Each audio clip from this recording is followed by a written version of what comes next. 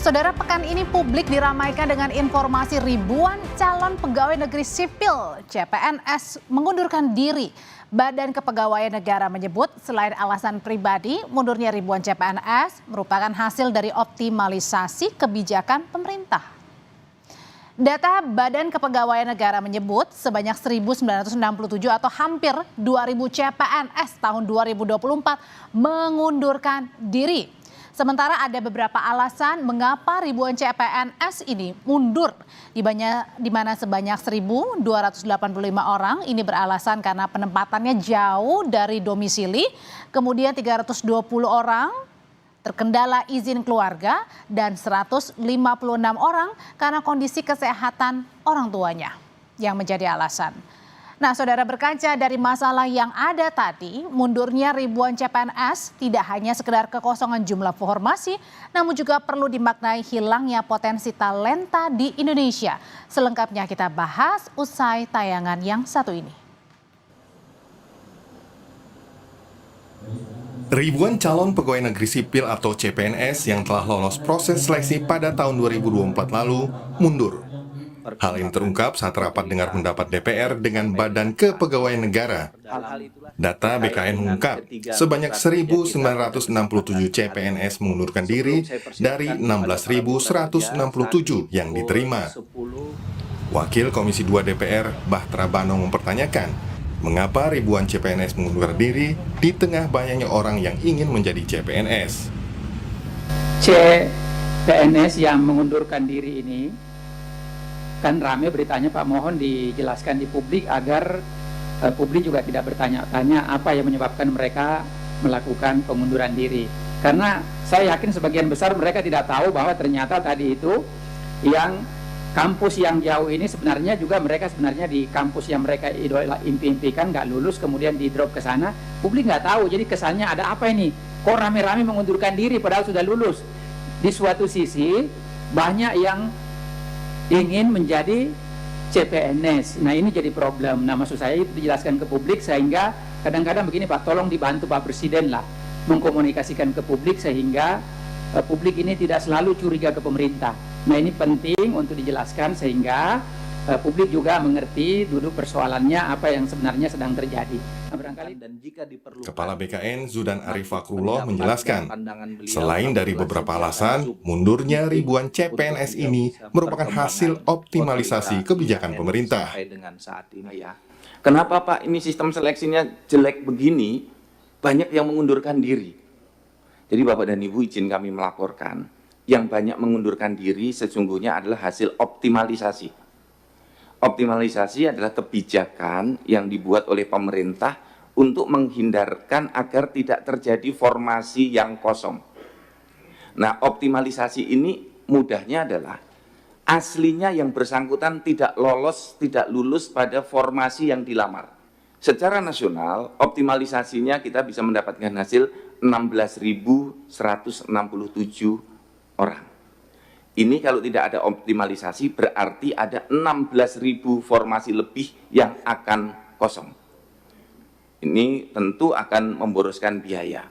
Karena optimalisasi terisi 16.000 secara normatif. Kemudian setelah diisi dengan optimalisasi ada 1.967 yang mengundurkan diri, 12%. Alhamdulillah masih ada 88% yang tadinya kosong menjadi terisi. Memang benar yang disampaikan Bapak dan Ibu semuanya, bagian terbesar yang disampaikan Pak Longki tadi juga, bahwa karena jaraknya jauh. Nah, ini optimalisasi ini Bapak dan Ibu, kebijakan dari Ibu Menteri adalah pada satu instansi. Nah, karena Kemdiktisaintek itu kampusnya banyak dan tersebar di seluruh Indonesia, maka kendala terbesar adalah jauh dari domisilinya. Ada 5 instansi dengan pengunduran diri terbanyak.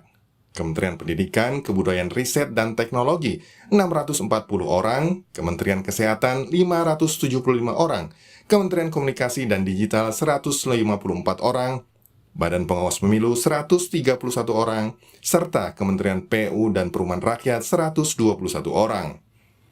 Berkaca dari masalah yang ada, mundurnya ribuan CPNS tersebut tidak hanya sekedar kekosongan jumlah formasi, namun juga perlu dimaknai hilangnya potensi talenta di Indonesia. Tim Liputan Kompas TV. Saudara, lalu apa yang sebenarnya menjadi penyebab hampir 2.000 CPNS mengundurkan diri, hingga seperti apa solusi terkait dengan hal ini di tengah banyaknya warga yang berbondong-bondong ingin menjadi pegawai negeri sipil atau ASN. Sebutan saat ini kita ulas lengkapnya bersama dengan analis kebijakan publik Trubus Rahadiansyah. Malam, Pak Trubus. Ya, selamat malam, Mbak. Dan juga ada Wakil Ketua Komisi 2 DPR dari fraksi Partai Golkar, Zulfikar Arse Sadikin. Pak Zulfikar, selamat malam. Selamat malam, Audrey. Ya, Pak Zulfikar. Jadi saya mau tahu dulu nih Pak, pada saat kemarin rapat, ini sebenarnya dari Komisi 2 dapat informasinya seperti apa sih? Kenapa banyak hampir 2.000 CPNS yang justru sudah mengundurkan diri, padahal banyak sekali orang yang pengen jadi ASN? Ya, sebenarnya gini Audrey, pada prinsipnya ini sudah diketahui semua pihak, terutama para pelamar CPNS itu ya. Kalau menjadi CPNS menjadi PNS itu memang harus siap ditempatkan di seluruh wilayah negara kesatuan Republik Indonesia, ditempatkan dimanapun dan ya tentu dengan formasi yang dia lamar ya itu ya. Lalu sebenarnya seperti yang Audrey bilang, ini menggunakan kalimat Audrey, optimalisasi itu justru digunakan pemerintah agar kita negara kita ini tidak makin banyak kehilangan talenta-talenta yang bagus untuk mengisi birokrasi kita. Pak Zulfikar, itu kan tadi kalau yang optimalisasi itu dibilangnya dari BKN. Nah, sebenarnya arti optimalisasi ini apa nih? Ya, untuk mengisi formasi yang kosong, yang tidak ada peminatnya atau yang peminatnya kurang. Jadi dari mereka yang daftar di formasi instansi tertentu, ya karena sudah terpenuhi, sudah ada yang mengisi, nah diambilkan ranking berikutnya yang masih qualified ya, secara sistem bekerja, lalu mengisi formasi yang kosong tersebut. Yang tadi sudah dijelaskan oleh Kepala BKN Prof. Zudan. Justru menurut kami ini apresiasi kepada pemerintah. Ini kebijakan yang menurut saya tepat lah ya. Apalagi optimalisasi ini sudah disampaikan juga kepada para pelamar dan terbukti lebih banyak yang bersedia menerima optimalisasi ini daripada yang tidak. 16.167 dibandingkan 1.967 yang mundur. Dan mundurnya sebenarnya kan ada banyak alasan ya, tidak hanya sekedar jauh gitu, ada 12 alasan yang kita bisa terima dari penjelasan BKN itu ya. Hanya saja menurut kita ya kan, mestinya setelah sistem itu bekerja dikonfirmasi ulang lah mereka itu sebelum diketahui oleh yang bersangkutan itu, ditanya lagi untuk memperkecil lagi kehilangan talenta yang sudah kita dapat itu ya, benar-benar masih bersedia apa enggak kalau ditempatkan di sana, mengisi di sana, karena memang di sana butuh daripada itu sudah ditanyakan ya Pak ya? Itu sudah ditanyakan ke CPNS-nya ya yang berniat. Saya gali itu yang belum. Saya gali itu yang belum. Mestinya itu sebelum diumumkan ditanya dulu ya, ditanya dulu. Kalau memang benar-benar enggak mau ya dengan alasan yang yang jauh, salah satu alasan itu ya apa boleh buat, kita kan tidak bisa memaksa. Tapi seperti yang saya bilang tadi, prinsipnya kalau kita mau melamar menjadi PNS, kita harus sadar diri betul bahwa kita itu bisa ditempatkan dimanapun di wilayah negara kesatuan. Ya, yang penting ke depan ini, Audrey, menurut saya seleksi ini harus makin lebih berbudaya adiluhung lah itu ya, makin bersih, makin transparan, makin objektif, Pak Zulfikar, sebentar. makin sesuai dengan kebutuhan. Ya, gimana? Ya, saya tahan dulu sampai di situ. Saya mau tanya pandangannya dari pengamat kebijakan publik nih, Pak Trubus. Kalau pandangannya Pak Trubus sendiri ngelihatnya gimana? Oh, balikin lagi nih ke CPNS-nya aja yang tadi katanya ini nampaknya kurang mau karena dengan alasan jauh dari tempat tinggalnya. Apakah hanya seperti itu alasannya atau jangan-jangan ada alasan di balik alasan lain ya?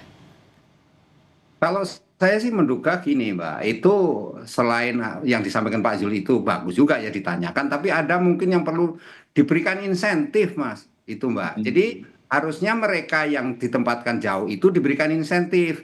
Kita kan di publik sudah umum tuh, orang mau pindah IKN aja ASN-nya diiming-imingi yang dapat rumah lah, dapat jangan bla bla bla segala macam. Kenapa mereka ditempatkan di wilayah yang kategori jauh-jauh itu dari domisilinya tidak diberikan satu insentif yang memadai. Harusnya tanggung jawab negara karena kita tetap menjaga supaya talenta-talenta ini tetap istilahnya berjibaku demi kemajuan bangsa dan negara, Mbak. Begitu. Yang kedua, saya melihat memang persoalan ini menjadi muncul karena tidak transparan. Ini kan persoalan ekspektasi sama ini harapan yang diharapkan oleh CPNS ini dengan informasi yang di kenyataan yang ada kan nggak sama, Mbak. Kemudian juga nggak transparan lah terus terang seperti apa begitu. Misalnya tidak kan transparannya seperti apa Pak Trubus contohnya? transparannya itu misalnya kamu mau ditempatkan di tempat yang jauh, misalnya di wilayah 3T taruhlah misalnya terluar terisolasi atau terdepan misalnya begitu.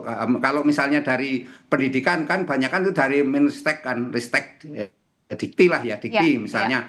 Karena jadi dosen di sana, berarti saudara itu mendapatkan fasilitas macam-macam ini, termasuk risetnya, termasuk macam-macamnya seperti itu loh, Mbak. Jadi dalam ini ada harapan yang kemudian timbul seolah bahwa di sana saya mendapatkan sesuatu yang lebih dan sifatnya dapat istilah membanggakan lah seperti itu, Mbak. Gitu. Dan kenyataannya itu kan enggak, itu yang akhirnya mungkin jadi membuat CPNS ini akhirnya mengurungkan niat untuk melanjutkan ya.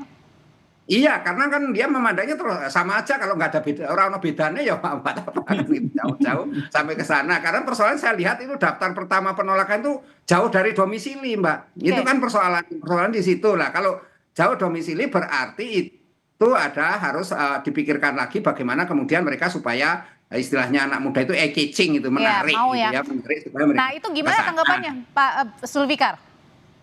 Loh, kalau soal insentif sih ada untuk yang 3T memang ya, dan tugas tertentu ya, terluar, terperinci, terdepan itu ada ya kan. Bahkan sebenarnya ASN kita makin baik penghasilannya itu, selain gaji juga ada tambahan penghasilan, ada tukin, ada sertifikasi ya. Kalau di daerah juga daerah bisa menambah gitu. Yang penting itu ke depan tadi saya sudah bilang ya kan, ini rekrutmennya seleksinya makin berbudaya adil. Yang kedua, kita juga ingin ke depan karena birokrasi itu harus makin reformis dalam hal ini menunjukkan birokrasi yang merit ya, penempatan, penugasan jenjang karir itu benar-benar berdasarkan integritas, prestasi dan kompetensi ya. Begitu, Audrey. Tapi bukan, apakah jangan-jangan nih ada juga anggapannya Pak Trubus kan pengangkatan CPNS ini diundur ya kalau nggak salah di bulan Oktober nanti ya. Nah apakah ini juga menjadi salah satu penghambat akhirnya membuat ya sudahlah daripada pengangkatannya lama lebih baik kalau ada pekerjaan yang sudah ada di depan mata saya kerjakan aja hal itu. Iya bisa saja karena kan di antara mereka alasannya kan karena mereka masih terikat dengan pekerjaan yang lama kan gitu. Jadi bisa saja itu terjadi, artinya ini kan persoalan ekspektasi jadinya, Mbak. Jadi kalau itu yang terjadi kan makanya pemerintah ketika menerapkan sistem formasi ini itu betul-betul memperhatikan bagaimana ekspektasi dari CPNS itu gitu dengan tempat yang dia bekerja. Tadi disinggung Pak Zul juga, saya sepakat juga mereka kan sebenarnya dikasih tunjangan banyak sekali untuk 3T, tetapi kan informasi itu barangkali belum sampai kepada calon CPNS itu. Yang terbayang di dia kan gajinya sebagaimana yang terpapar di ini aturan perpres kan gitu. Jadi itulah yang menyebabkan mereka istilahnya jauh-jauh sampai ke sana ya mau ngapain juga kan gitu. Sementara bekerja di sini jauh lebih ini. Dan yang kedua memang anak-anak sekarang itu saya lihat itu memang perubahannya lebih kepada ini suka bekerja yang sifatnya itu informal, Mbak. Kalau ini kan pekerjaan formal seperti ini memang ini perlu di ini ya istilahnya perlu diedukasi lebih baik. Dan yang ketiga saya melihat ada sisi lain, Mbak. Sebenarnya ini kan Permen PAN RB nomor 6 itu kan sanksinya kan sangat ringan kalau mereka, bahkan kalau mereka kategori karena istilahnya ini nggak ada sanksinya, Mbak. Gitu. Oh iya, berbicara soal sanksi berarti ini nggak ada sanksinya Pak Zul kalau misalnya mengundurkan diri? Justru itu kan menghargai keputusan dan kemerdekaan sikap para pelamar sebenarnya ya kan. Kalau nanti semuanya itu minta dekat Pak Trubus, waduh ada jutaan ASN kita itu minta dekat semua kan repot gitu. Makanya saya tadi bilang ada satu langkah yang belum dilakukan oleh Kemenparekraf dalam ini BKN, yaitu mengkonfirmasi ulang. Kalau soal informasi akan ada optimalisasi mereka udah tahu, tapi konfirmasi ulang lah supaya kita tidak makin banyak loss-nya talenta kita ini. Walaupun menurut saya dibandingkan dari 16.000 1967 itu kan hanya 12,20%, bukan berarti mengecilkan ya. Tapi kalau dibandingkan begitu, nah, oleh karena itu ke depan kalau ada seperti ini lagi ditanya ulang. Oke. Dan kita minta kepada adik-adik kita, teman-teman kita, warga negara kita itu kalau memang mau jadi ASN, tanamkan betul bahwa kita ini memang harus disiapkan diri Ditempatkan untuk di mana aja gitu ya dimanapun. maksudnya. Iya, Nah, itu. Pak Zul, tapi kalau gitu pertanyaan selanjutnya, nah yang menolak ini untuk ditempatkan di wilayah-wilayah tertentu, ini diisi oleh siapa nih nanti?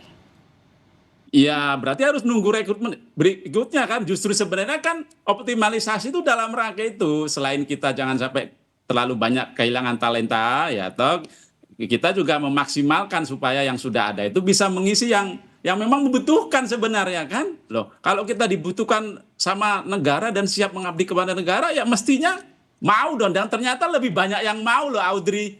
Bukan tidak ada yang mau atau lebih sedikit yang mau, lebih banyak yang mau daripada yang tidak mau. Nah, tapi kita pun menghargai kalau memang mereka sudah memutuskan, enggak lah aku terlalu jauh atau karena alasan ingin dekat sama orang tua atau ngurus orang tua atau masih ada tidak persetujuan keluarga, ya nggak apa-apa kan. Makanya tidak ada sanksi itu kan Pak Trubus itu. Tapi ya ke depan kita minta itu tadi, tanamkan diri betul gitu ya, harus siap ditempatkan di seluruh wilayah negara kesatuan Republik Indonesia. Namun kan penempatannya seperti yang tadi saya bilang itu makin merit gitu, mutasi promosi ke depan itu bukan karena like and dislike, bukan karena bisa bayar bisa beli gitu Pak Trubus ya.